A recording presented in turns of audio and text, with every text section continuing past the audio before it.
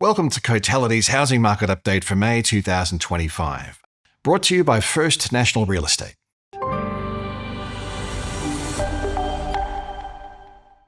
February's rate cut led to a clear improvement in housing market conditions, but that positive influence now seems to be losing some of its potency. After a 0.4% rise in March, the pace of gains slipped a little, back to 0.3% in April.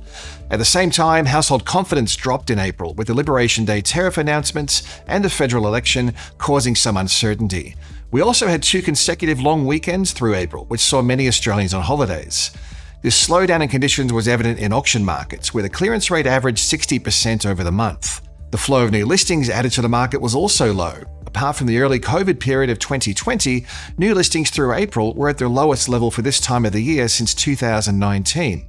With further rate cuts expected as soon as May 20th and a level of certainty returning to the market following the federal election, we expect a further but modest growth level in housing values through 2025. The annual pace of growth provides a clearer view on how capital gain trends have evolved, with the 12-month change nationally slowing to 3.2% in April, the slowest annual rise since the 12 months ending August 2023. The loss in momentum reflects the persistent slowdown in value growth seen between mid-2024 and early 2025. Given the softer growth trajectory through last year, the annual pace of gains will continue to soften over the coming months, despite the positive movement in values since February. Although housing values are recording a broad-based rise, not every market is back to new record highs. In fact, across the capital cities, it's only the mid-sized capitals where home values are at their highest level on record. Sydney values remain 1.1% below the September 2024 high. Melbourne values are down 5.4% from the peak in 2022. Hobart is down 11.1%, while in Darwin and the ACT, values remain 2.7% and 6.4% below their all-time highs. From a rental perspective, rental growth has firmed, with the National Rental Index rising by 0.6% consistently over the past 3 months. Adjusting for seasonality, the pace of growth is milder, with rents rising 0.4% nationally in April. Despite the seasonal pickup, a slowdown in rental growth is more evident in the annual change, where the pace of growth has more than halved, from 8.3% over the 12 months to April 2024 to 3.6% over the most recent 12-month period. With rents outpacing housing values, the national gross rental yield reached a 2-year high in April, coming in at 3.73%. Gross yields across regional Australia remain substantially higher at 4.41%, but they're down on the levels seen 5 years ago when the gross yield of 4.83% was recorded. Brisbane home values rose a further 0.4% in April, down slightly on March's 0.5% gain. With a 12-month change of 7.8%, Brisbane's annual growth rate is slowing to more sustainable levels, tracking at the slowest pace since September of 2023. Brisbane unit values are rising at a faster pace than houses, up 12.8% and 6.8% respectively over the past 12 months. Similarly, it's the lower quartile of the market that continues to record stronger conditions, up 14% in 12 months compared with a 4.8% rise across the upper quartile of the market. Brisbane rents rose a further 0.8% in April, and the annual pace of growth has slowed to 3.3%, down from 8.2% at the same time last year. The outlook for housing markets continues to evolve, with a mix of potential positives and negatives at play. On one hand, we have the prospect of lower interest rates and stimulatory housing proposals from both Labor and the Coalition, which are expected to buoy demand. Also, a persistent undersupply of housing is likely to keep some upwards pressure on values. A gradual reduction in interest rates will support housing sector activity, but lower rates are also likely to embolden prospective sellers and support new housing supply. Previous research from Cotality shows that historically, it's been the upper quartile sectors of the market, especially in Sydney and Melbourne, which have been the most reactive to rate cuts.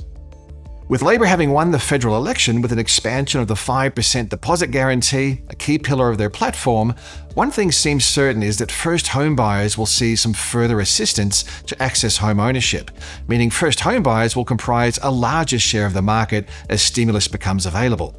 The housing undersupply isn't getting any better, with commencements moving in the wrong direction. Building activity to December showed dwelling commencements were down 4.4% over the December quarter last year, holding 16.5% below the decade average.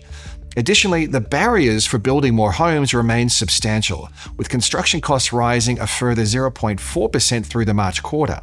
On the downside is stretched housing affordability, a relatively cautious lending sector, normalizing population growth, and some uncertainty creeping into the measures of consumer sentiment and the outlook for economic growth. With housing values once again trending higher, housing affordability isn't improving.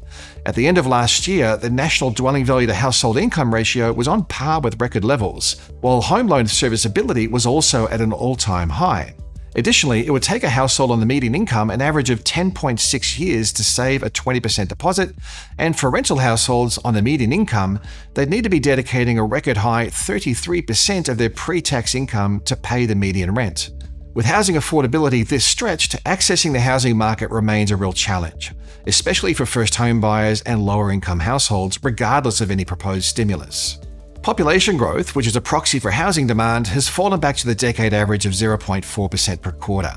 Less population growth should help to take some heat away from housing value growth, but there's still a substantial undersupply that's accrued over the past few years. Consumer sentiment and the volume of home sales have shown a long-term relationship, which is unsurprising given the high commitment nature of buying and selling a home. In April, consumer sentiment was dented due to the announcement of US tariffs on the rest of the world, with some backpedaling from the US, including a pause on tariffs, excluding China, along with widespread expectations of further rate cuts and ongoing tightness in labor markets. We could see sentiment once again moving higher. A further rise in sentiment would be a positive for the housing sector, helping to support high commitment decision-making.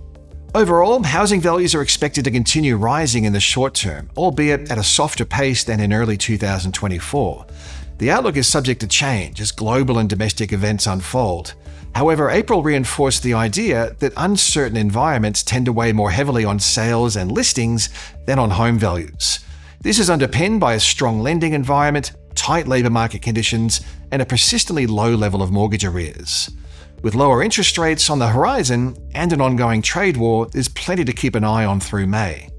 While the brand may have changed from CoreLogic to Cotality, we continue to publish Australia's leading housing market insights and metrics. For now, these are still available at the news and research pages of the CoreLogic website.